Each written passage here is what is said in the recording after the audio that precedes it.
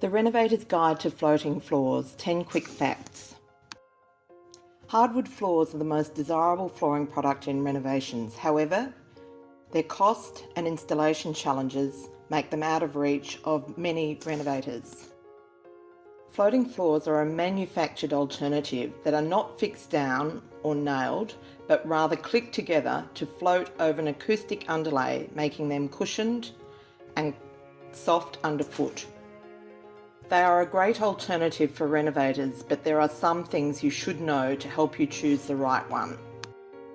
There are two main types of floating floors. The first is laminated flooring, which is a simulated timber with a photographic wood grain. While it's not real timber, it's a brilliant alternative for lower value properties. The second is engineered flooring, which is a man-made material, usually MDF, with a real timber veneer on top. Engineered flooring is much more expensive and has the added advantage of being able to sand and resurface. One of the biggest advantages of floating floors in general is that they are pre-finished and don't require sanding and sealing. This saves a huge amount of time, money and mess. The other great thing about floating floors is they cover up a huge amount of sins.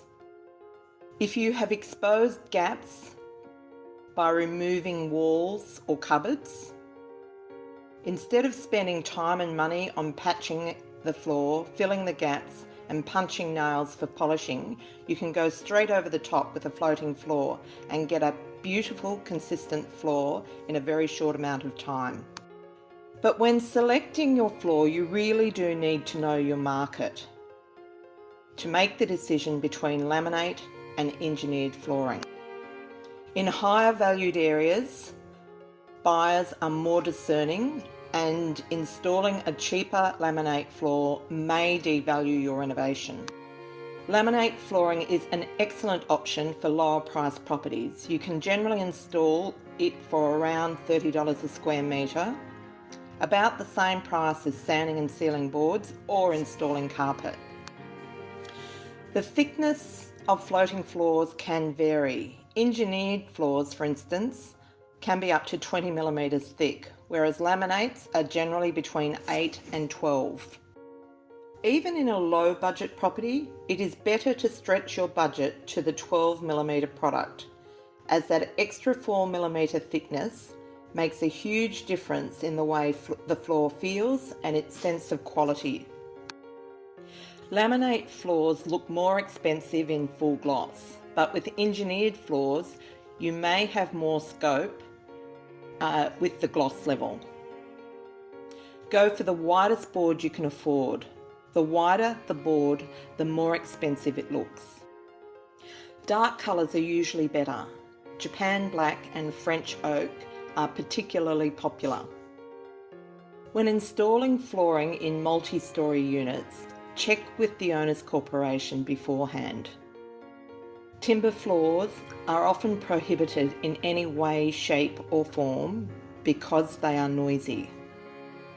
So just to recap, for lower price properties, go for a full gloss laminate 12mm floating floor for the best result. For higher price properties, opt for the engineered flooring in the widest board possible and possibly go for a lower gloss level according to your market. So I hope this helps you with choosing your floating floor. If you have any questions or comments, please leave them in the space below. And if you like this article, please share it on Facebook or Twitter.